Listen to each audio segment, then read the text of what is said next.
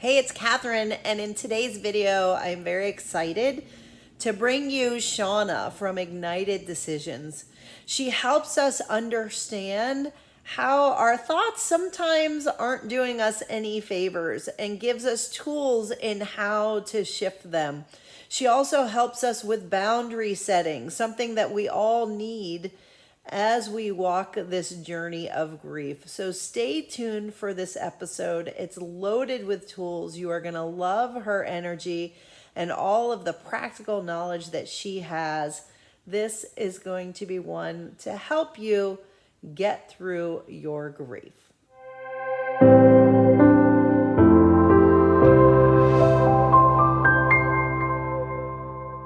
Hi, and welcome back to the Grief Inspired YouTube channel. Today, I'm super excited to have someone that I've recently met, and I was so inspired by the work that she's done that I asked her to jump on with us here.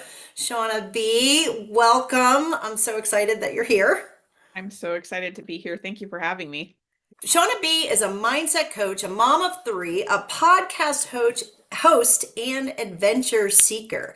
She helps women that struggle to make that time for themselves, put their wants, needs, and dreams on the back burner where they feel stuck or lost. She guides them through the process of reconnecting with their passions, rediscovering their strengths, and creating a life that truly reflects their values. She helps them get time for themselves, create work-life balance that brings more organization, happiness, and fun without guilt and burnout. When we were talking, we talked about so many different things, and what I noticed that we had in common is that we share a lot of women in common who really struggle with some of the same challenges.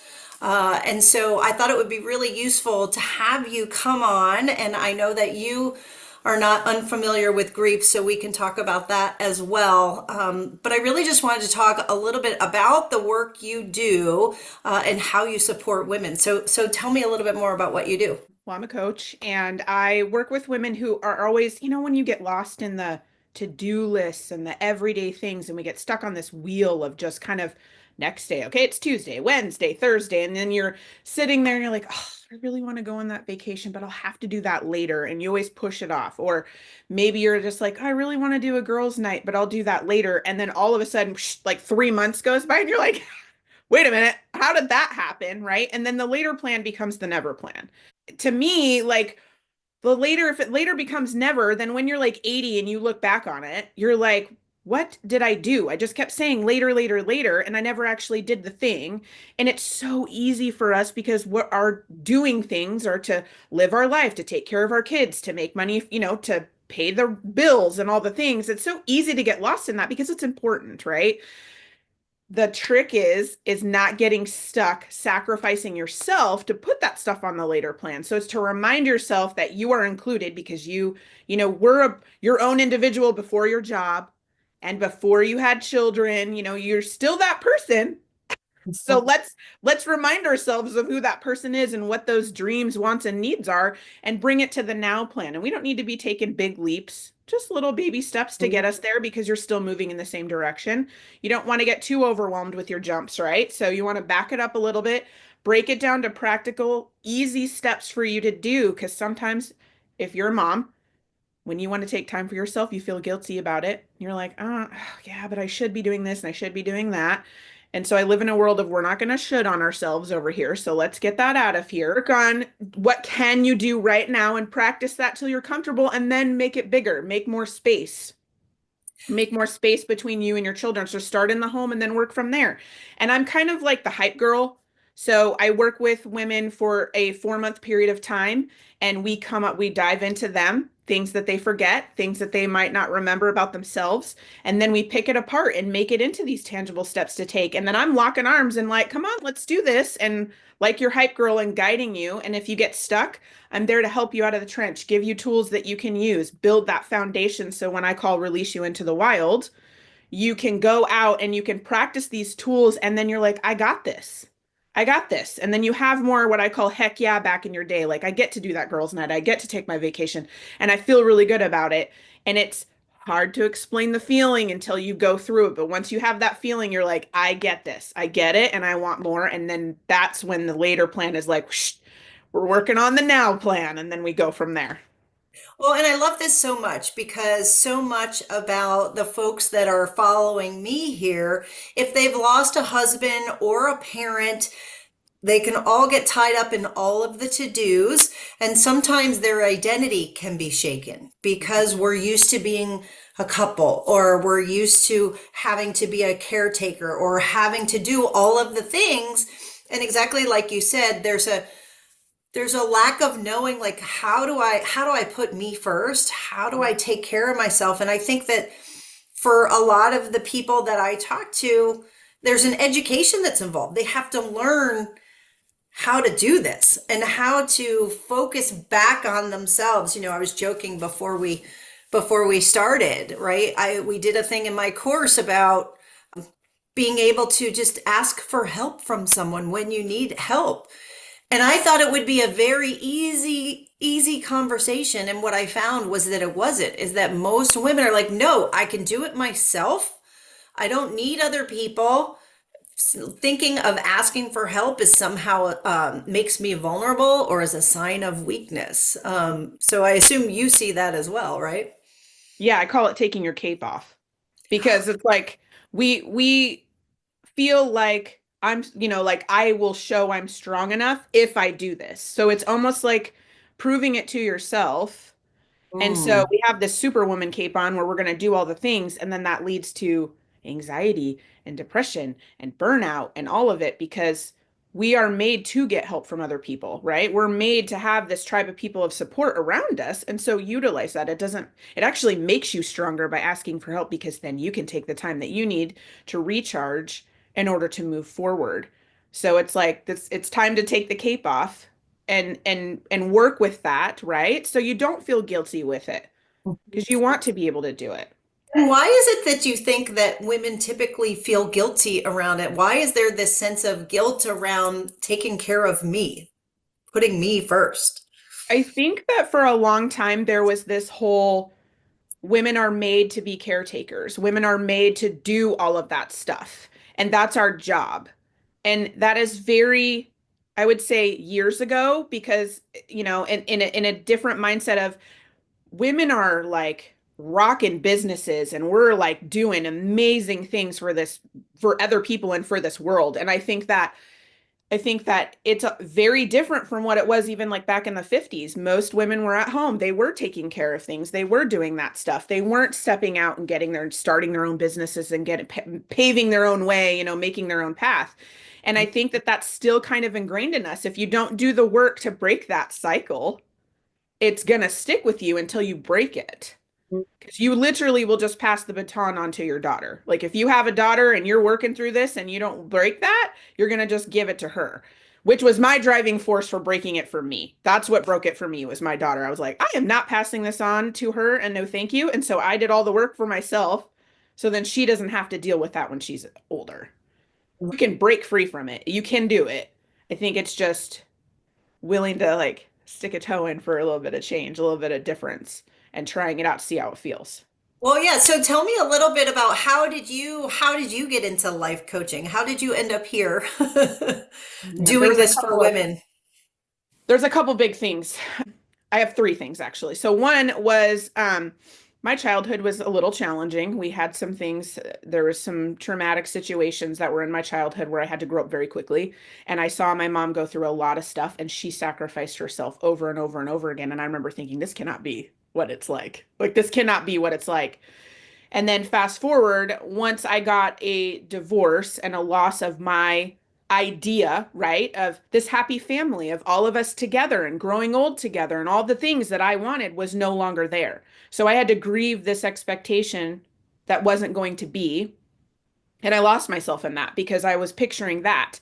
And I had to figure out, well, who the heck am I now without this person and my new life and this new journey with the kids? I felt like a tornado had just came through and the pieces are all settling, but now I get to choose how these pieces are going to fit together to make a new picture. Until I realized that, I was like, I have to, this something has to change. Something has to be different here. And so I started doing some work. And then COVID hit. So I was in medicine for 20 years where I would assist physicians doing procedures. And when COVID hit, it was super scary. It was, unknown, all the things, right? We know all the stories. And we were on the front lines and it was hard and things were changing and it was confusing, but medicine changed. And I love helping people, hence why I went into medicine, but I could not get behind what it stands for anymore. And I really wanted to I needed a fire in my own self. And it's so crazy how all three of these things like came back up in my, like my brain and my mind when thinking about it. What else do I want to do to help people? Because this isn't it anymore. And doing more research and finding out, I'm like, wait, hold on. There's people out here that can help you do the thing called life. Like there's people out here that can help guide you. And they're like, I mean, you can get there like faster. I'm like, who are these people? So then I'm like doing all this research and stuff. And the more information I found out, the more I was like, heck yes, this is what I want to do. But I also took my story of my experience through my childhood watching what my mom did, and then my experience with my own family members of like me asking one of my family members, can you come on a vacation with me? Oh, I can't do that. I can't leave my kids for a week.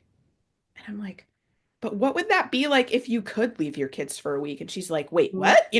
Just like getting people to change their perspective on things, Yes. maybe that they couldn't see because they were in the fog. And then through my divorce and all of that, I don't know how to explain it, but I just knew like this is the thing. This is the thing. It gets me excited.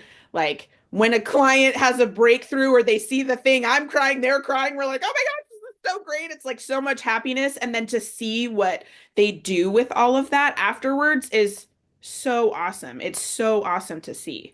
And you talk about sort of helping people rediscover their strengths or their passion, not surprisingly, like you did. What are some of the tools or the strategies? How do you help people do that?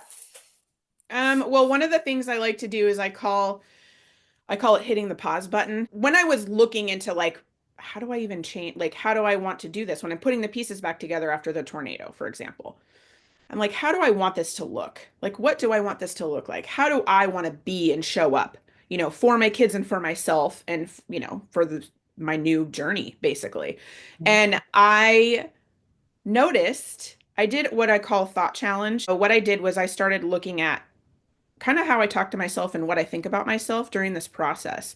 And at first I was like, I don't know if I need to do this because I'm fine. Like I'm pretty good. I'm pretty positive. I can find the silver lining, all the things. And then I did the thought challenge and I was like, oh yeah, I don't do that. I We are don't talk not very always nice to nice to myself. ourselves. Yeah. Yeah. I was like, okay. So it brought it forward and showed me that I wasn't talking very nice to myself. And you are obviously with yourself all the time. So you can either kibosh that and try to be like your own cheerleader, or you can just do life and beat yourself up along the way. I'm like, no. So let's figure out how to change this. So the pause button is I have this mirror at the end of my hallway and doing laundry and all the things, all my kids' rooms down this hallway. And I would walk down this hallway, and every time I would look in the mirror, I would say something back to myself. And it would be like up here. And it would be like critiquing my clothes, my hair, whatever. And I was like, I'm like, hold on.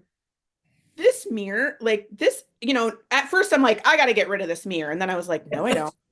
No, I don't. Ah, Use this mirror. I'm going to use this mirror to change it. And so when I say hit the pause button, that's like, hold on. You hit the pause button. If it's like, oh, look at what are you wearing? I'm like, psh, nope. And I would turn away from the mirror and I would be like, you look good today. You look good today. And then I'd turn back around and I'd be like, you look good today. And I had to practice that because I'm going down the hallway a lot, but I had to practice that. And eventually one time I came up and I like took a left and I'm going down and I was like, oh, you look good today. And I was like, what? I was like, did that just happen?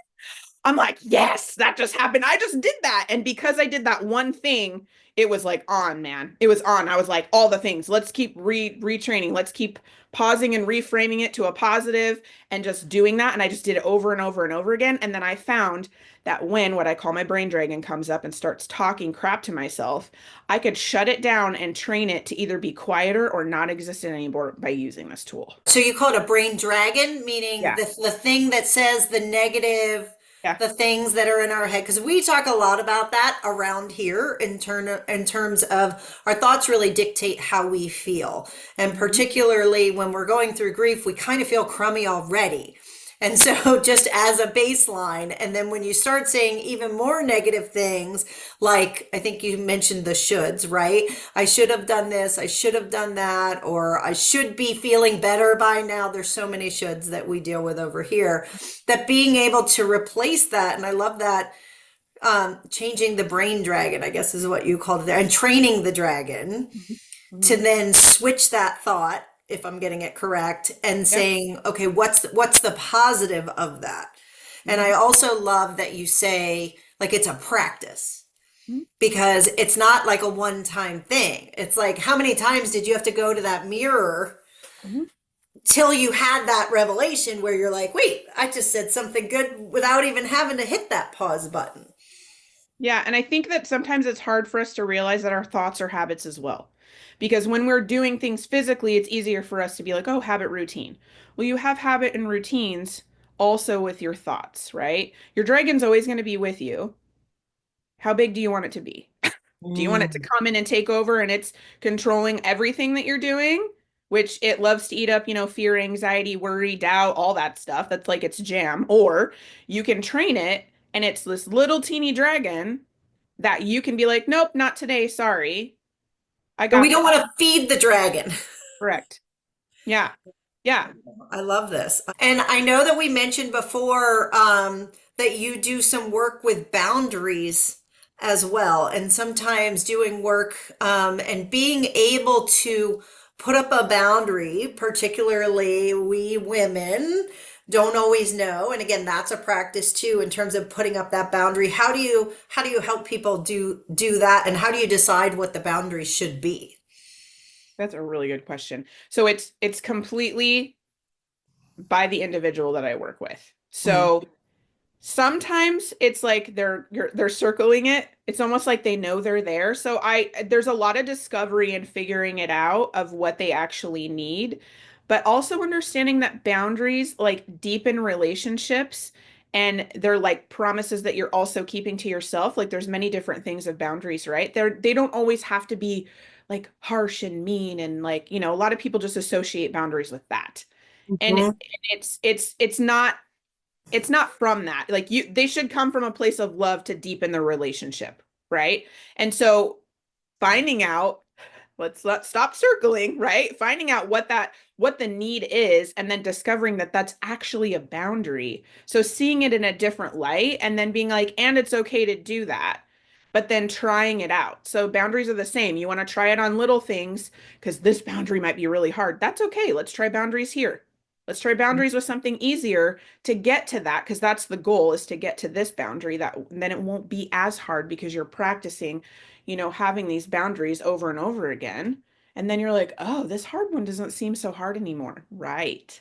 Right. And then Yes. depending on the individual, right? Sometimes they'll just go straight to the hard one and be like, nope, I can do that. Okay, how? And we talk about that. We discuss what it would be an easy way and practicing on a person Okay. that is a neutral person, right? So then that way when they go to a person or a thing or what have you, it's also not the first time they're saying it. It's not the first time that they're doing it. So then that like shaking off those nerves also to help with Right. that. I can think of situations where, so say for example, like I will feel obligated to do something, right?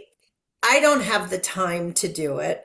I really don't want to do it. I have this sense that I really should do it, right? How do you put up a boundary around that so that you're not just constantly like doing all these things, and then you get resentful because you're like, oh, I should be doing other things. I don't want to be doing this right now.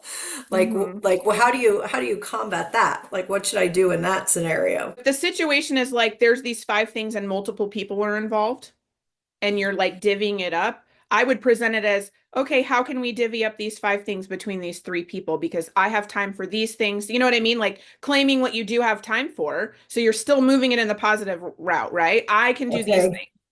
I I can can do this, but not this and this. Yeah, yes, but I Okay. can do these things. So you're still contributing, you're claiming what you can do, you know. And if it's like something where nobody, if it's like the thing nobody wants to do because they can't do it, we'll ask the group, is there a person that we trust that can do the thing that nobody wants to do? Okay. You know? Okay. Or we all kind of have to come together and do this one thing together because nobody wants to do it.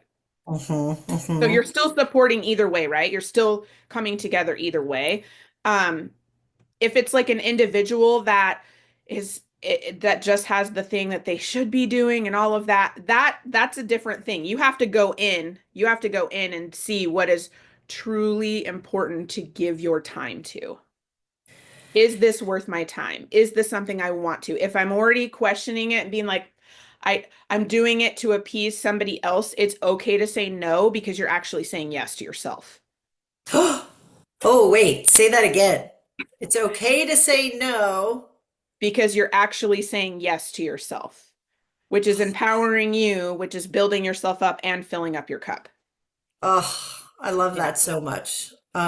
Because yeah, I mean, and that's something that I think we can all take a lesson from, and we can all learn and practice doing that. Because even just saying the one simple little word, no, like we Yeah. all have a hard time doing that sometimes. Hmm. And Yeah, so, and practicing the delivery, you know, you can practice the delivery so it comes off like kind and all of that too. You know, if you're like, I don't know what's gonna happen. You can go through all the scenarios. Best mhm. to worst. This, you know, and then really look at it. And usually when you I call it painting the barn door red, like usually when you lay it all out, then you're like, oh, I can do that. I can do Oh, that. wait, tell me more about painting the barn door red. That's a new one for me. Like for example, you want to do worst to best case scenario. Okay, worst case scenario, everybody doesn't gets all mad. There's a huge blowout fight because you said no or whatever. Okay, and then you move it from there. Okay, maybe one person's upset and then, you know, not everybody is upset. You know, things like that. But it would be more detailed, obviously, depending on who the person is. But then all the way up to best case scenario, you say no and it's totally fine. But you're all like, ooh, and then you're like, oh, wait, that was fine. That was fine. That was me. I was freaking out, but it's okay. You know, like doing all of that. And then, okay, how are you going to say it? And then practicing how you're going to say it. So then you kind of get it through your system and it's kind of, okay, I can do this, you know? Mhm. And No, I then, like that. I like that so much. And I think I had a therapist tell me once, she talks about it like a story train, right? Where you were saying, well, best case scenario, like you just say no and nobody, like everybody's going to be fine. But what we do in our head is we create this story train, yep, right? And we create the story in our head of all the bad things that we think are going to happen. And then we keep adding cars to the train, right? Like the right. longer we have it going on in our head, it keeps going on and on and on. And And so yeah, for me, I'd be like, okay, hold on. That's your dragon because you're yeah, thinking ahead. You don't know what's going to happen. You know right now. So let's back it up to right now because you're feeding your dragon and you don't want that to be fed to come into play. So right now, what can you do right now? What can you say right now? If you want to, and then we'll say, do you want to do worst case to best case scenarios to practice and then go from there and just think of it as one step at a time. Okay, now I'm meeting with the person. Okay, now I'm going to talk to them about this. Okay, you know, like breaking down the steps so you know the steps, but answering what you think is going to happen, that's just feeding your dragon. yes. Oh my gosh, I love that. And so tell me a little bit about, because you've been doing this for a while now. Tell me, or share with me some of the results, some of the things that you've gotten with some of your folks in working with you, and what kind of strides they've made. Well, I worked with a young adult who kind of didn't really know any direction that she wanted to go. She didn't know what to do because she spent a lot of her time taking care of her father, who was a quadriplegic. And so she kind of like her own life didn't really exist. And so I had to work with her to discover what that even was because she was so wrapped up in caregiving. She was so wrapped up in taking care of him and knowing what to do for him. And she's like, me, what? I don't know. And so she was able to take the time to separate herself and working through that because that's a thing because he is still here. So working with that to separate while he's here and giving that control to somebody else was really a thing she had to work through. She got through that. She did amazing. Not only did she get through that, but then she's like, I want to travel abroad for an entire year and just discover all of the things and not really give myself, I have to do this, but just kind of like go explore and find things out. And she left and went to London for an entire year and had all of this discovery and it was okay leaving her dad in the care with somebody else, had all this discovery and then came back home and now has like, this is what I want to do for work, this is what I want to do for school, all of that. And she's like, I think I could have spent 6 years like, I don't know, I don't know, I don't know, or not leaving my dad because I was too scared. But with your help, I could see I got guidance and encouragement to do the things for myself and look where I'm at now. So Wow. she's done that. I had another woman who came to me and was like, you know, I really feel like there's just something missing. Like, I'm happily married, I have a good job, I live in a really great place, I love all of that, but I just feel like there's something missing. She's like I'm not like fulfilled or filled up, or like that fire's just not there. And I'm like, okay, well, let's discover that. And working with her, she discovered this whole other creativity that lit her on fire. She ended up leaving the business that she was working with and going to one she's really always been like, oh, I'd really like to, do that. She went to that business and she's like, I mean, she just like took off. Like we got over that hurdle of her like questioning and figuring it out. And as soon as she figured it out, she opened up her own business where she helps catering. And then she also does this other corporate job, but she got promoted very quickly and is like soaring, doing amazing things. And she's like, I'm happy, I'm fulfilled. I love it. She even reaches out to me to this day. She's like, I'm so thankful for you. You opened my eyes to something I did not even see before. And I can do the things that I didn't think I could do before. I I love love my life it. to a different Wow. level. Like, Well, oh my God. yeah, yeah, and so yeah, I hear a lot of freedom in your words and the things that you're saying for people, and that self-discovery, and maybe shift in identity and what is possible. So I love that so much. So where can people find you? Where can they learn more about you?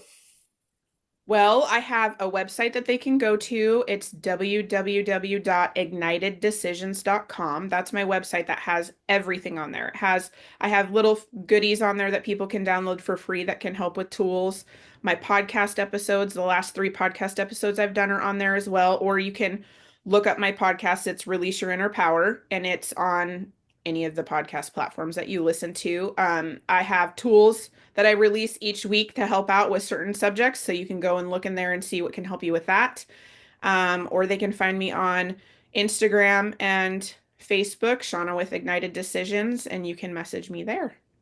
That's amazing. Well, I'm super excited that you were here with us, that you've helped us sort of think more about what do we really want for ourselves and what we can possibly create. So you've ignited that spark today with us. So thank you so much for being here. Thank you for having me.